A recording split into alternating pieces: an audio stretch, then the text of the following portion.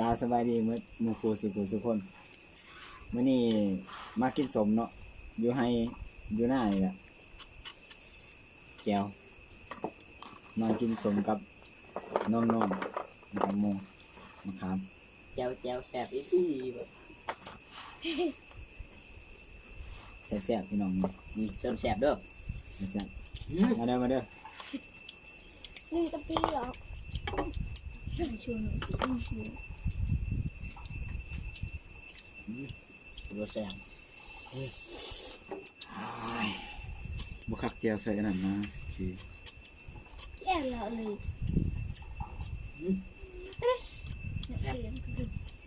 น้ำลายแล้วน้ำลายแตกบ่ให้กินซะ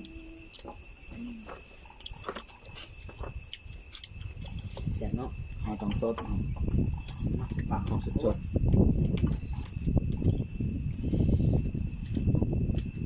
แซ่บเอา รอแป๊บนึงนี่คือกะปินี่ก็อุ่น เอ้ย จ้า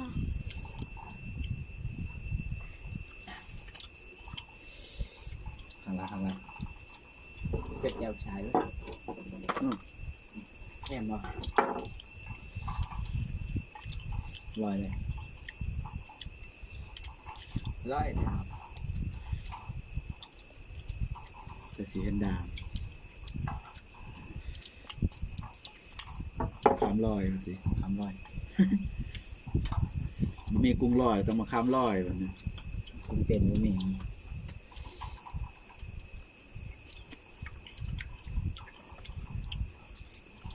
ใช่แล้วครับ ปลาตัวแซ่บ ต้องมาดู แอมกึ่งเนาะเอาเคลื่อนเลยเด้อ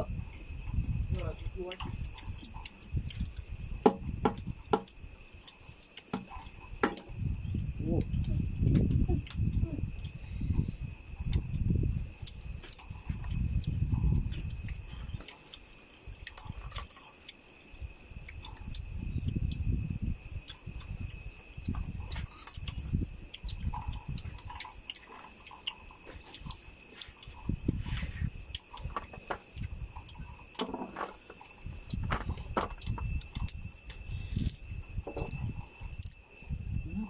ดีมวยตัว ได้จะฝึกตอนนี้มาหาป่าได้เอง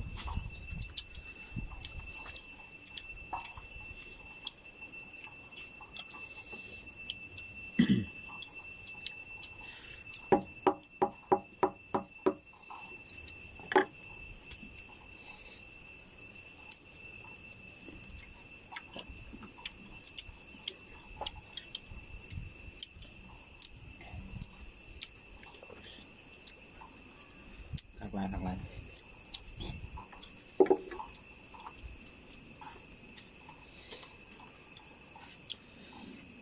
สวยเลย เดี๋ยวอยากเลย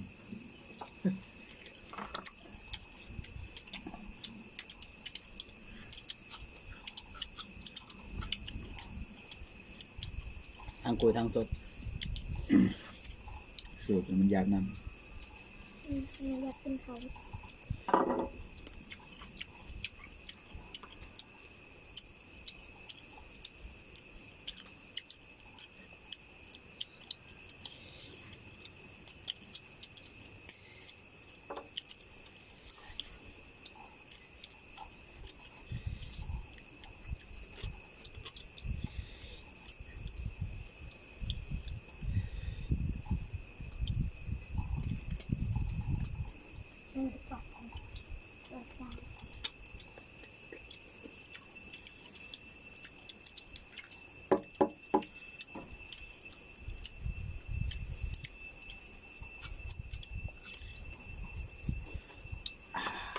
เจ็บแบบนั้นนะซอยตับดิบ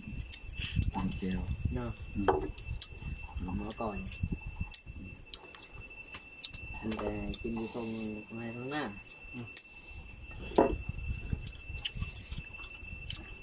บอกมาถาบอกเลย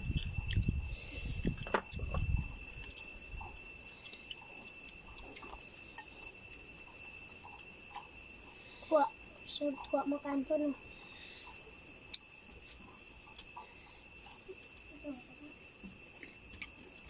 อนนี้แหล้วจะเหนียวยาง แล้ว เหนียวยางบ่ยันยันแต่บ่ยางเหนียว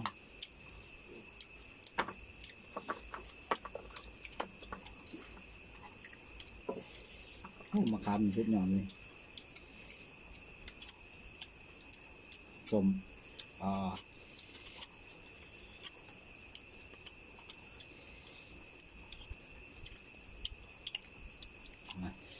คำยังไง เดี๋ยวขั้นแท้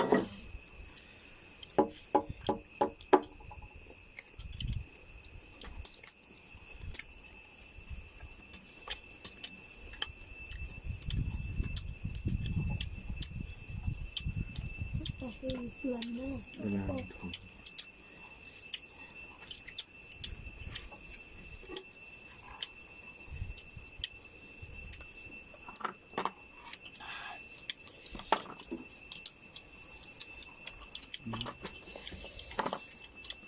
วิ่งหนีตู้ฟุ้ง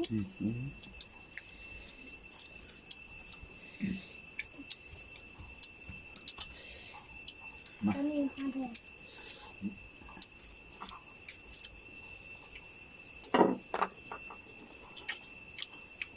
แล้วแกมพงนี่ตอนเป็นเจ้า เดี๋ยว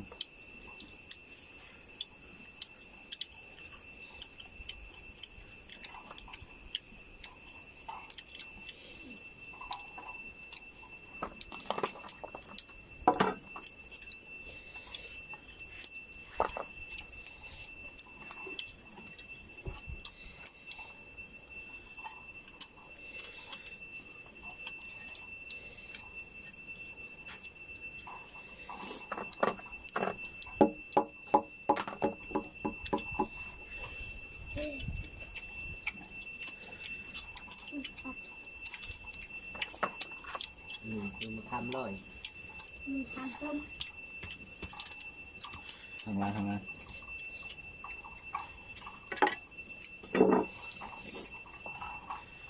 มาเอาแม่เลตอนนะ ไม่ขึ้นแล้วตอน มันเป็นโทษ ไม่ใช่แสบ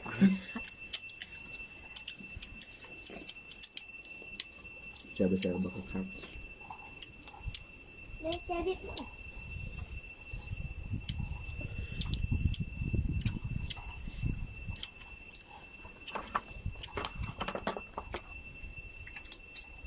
น่าจะหนักเด้อผมมีเนี่ยจะบอกอย่ามาทางเขา กอกกอก